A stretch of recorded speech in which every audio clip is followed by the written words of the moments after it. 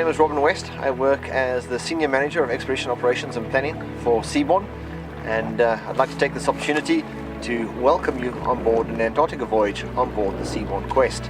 Antarctica is one of those destinations that really has to be experienced in order to understand what it's all about, and of course doing it on the Seabourn Quest, the combination of luxury and adventure really is an incredible way to experience Antarctica, and I very much hope that you enjoy your time on board the Quest and of course have a magnificent time down in Antarctica, the Great White Continent, one of the best places to be for a holiday.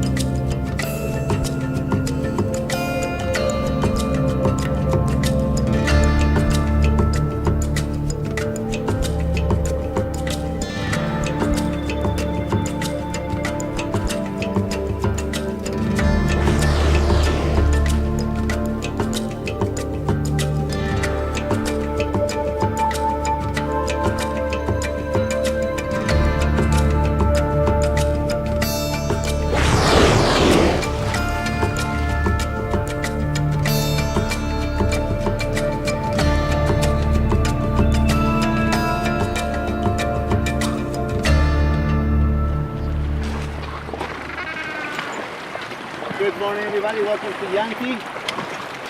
If you want to spread around, you'll see the exits. You can go to the other side, just be aware there will be some animals around.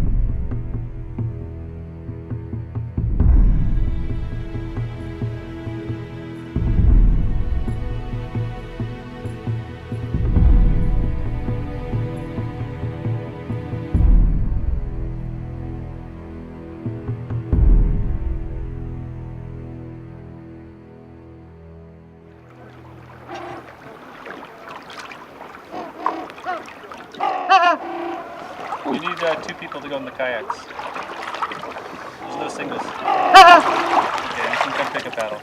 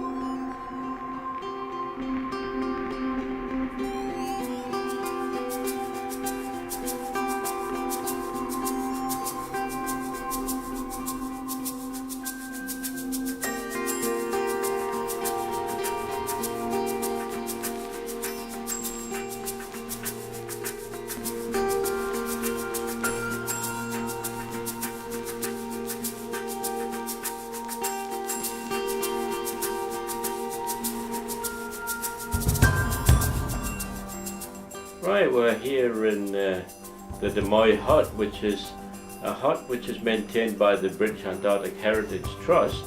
The hut was put here in 1975 and it acted as a transit station for the British Antarctic Survey. The ships used to come into the bay here, offload men and materials onto the ice, and an aeroplane would come in and land on the ridge just up behind us here, so that they could ferry the men and materials much further south. That it allowed the science to start about a month or so earlier, because the ship couldn't get through the ice to the base at Rothera.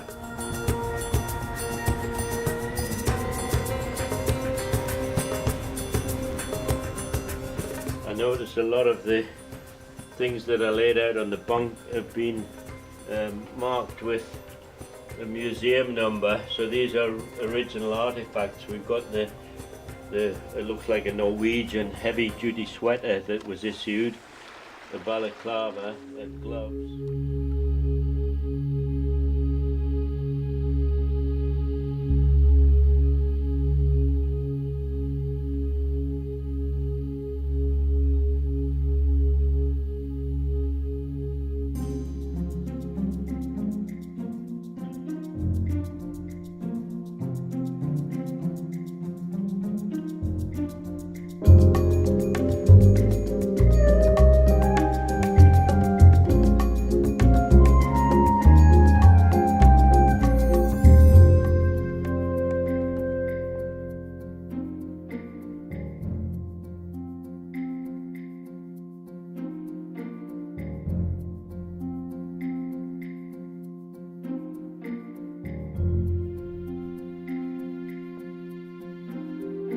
Hello, good morning. Welcome to González Village Station in Paradise Bay.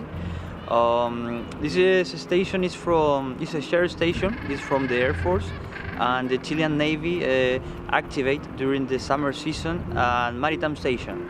I am Lieutenant Eduardo Hidalgo from the Chilean Navy. Here we have an important mission. Our idea here is give the safe condition or the safe sailing condition to the yachts and passenger ships that sailing in this beautiful bay, as you can see. And in case of an emergency, we have to act because we have different satellite equipment for generate a surface picture of all the ships and that are sailing in the area. Can you see yourself this being your office? With these weather conditions, absolutely. I'd love to be here 8 hours a day. With a good book and a pair of binoculars, yeah, I could live here.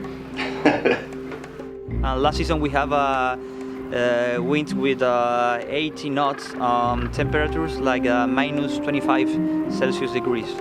But have a day like this, we are very lucky, I think. It's a Paradise Bay, you know.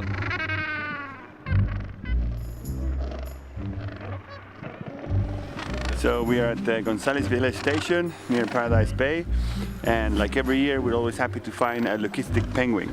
A leucistic gentoo penguin that's been coming here for the last 10 years, nesting on this little spit of land. Leucism is a condition in which dark pigments are absent and deficient, so the penguin is not an albino because you can see the pattern and it doesn't have a red eye. But of course it is very different and it stands out from the crowd. It's always nice to see they are here and they breed normally and the other penguins don't seem to bother about them.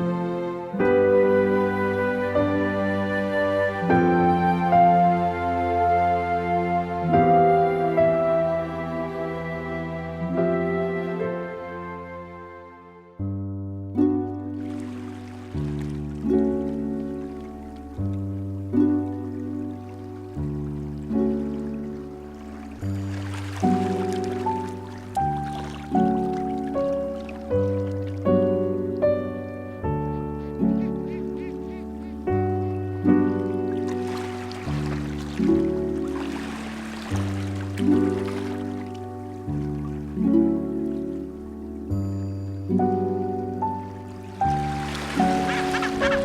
here we are on Half Moon Island, finally getting ashore here. We tried on the first day, and here we are on our last day getting our chin straps.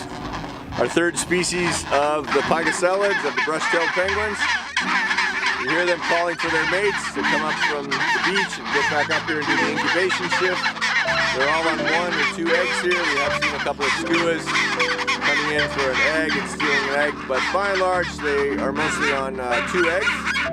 They're probably about 10 days from hatching out. So whereas we had our gentoos over on Yankee Harbor, they already had chicks. So they're about 2 weeks ahead of the chin straps. Well, this colony is a lot less than it used to be. It's far less dense here going on up the hill. And curiously, a lot less snow as well. You know, you come here 10, 15 years ago and this sort of head sticking up out the snow.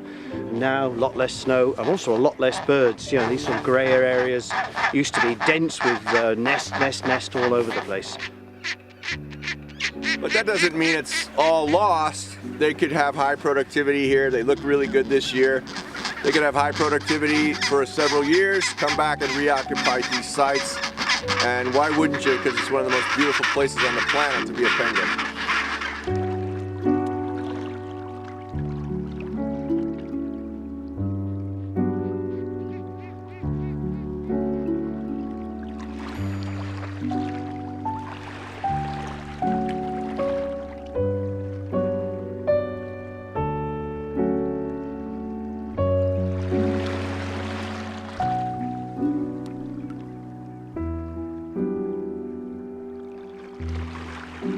So the whaling boats would bring whales to shore at high tide, let the tide drop out underneath the whale, cut up as much of the blubber as they want, and then render that down to oil, and then they just leave the whale bones here. This bone here is your cheekbone, this bone here, and then this here is the ear canal.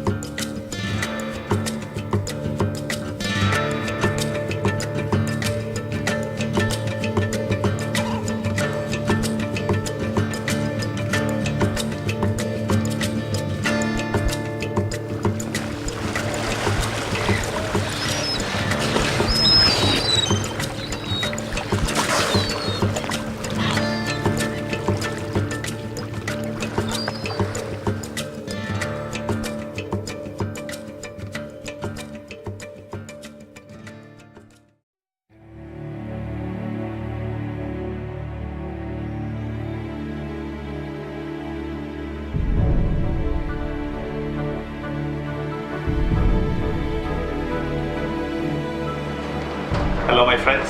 We are here on the bridge of the Seaborne Quest as we sail the coast of Chile. We continue north now towards Valparaiso, and we're wrapping up our voyage to Antarctica. And we had the first trip of the season is usually very challenging as we don't know the conditions that we will find.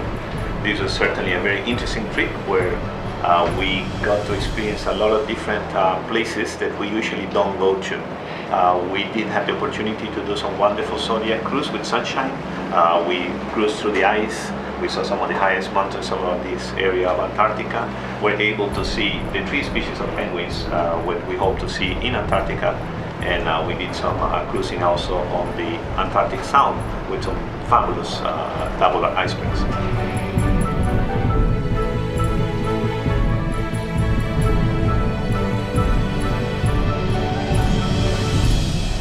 In behalf of the crew, the staff, the officers of the Seaborne Quest, we'd like to thank you very much for having come with us for this fantastic journey, and we hope to see you soon in another one of our trips on board the Seaborne Quest.